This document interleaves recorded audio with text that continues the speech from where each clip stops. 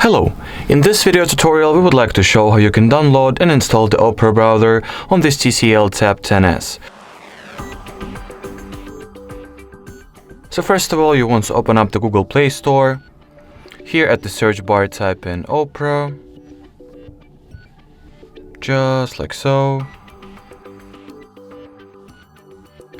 Once the new app is found, you want to click on this green install button and wait for the application to get downloaded and installed respectively.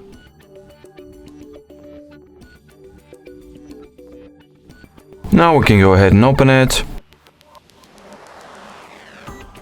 Here there is a very brief setup process that we have to undergo, so let's go ahead and press on this blue continue button, and in here we gotta either customize the permissions and accesses that we are going to grant to Opera, or either allow everything that it needs, which I'll do myself.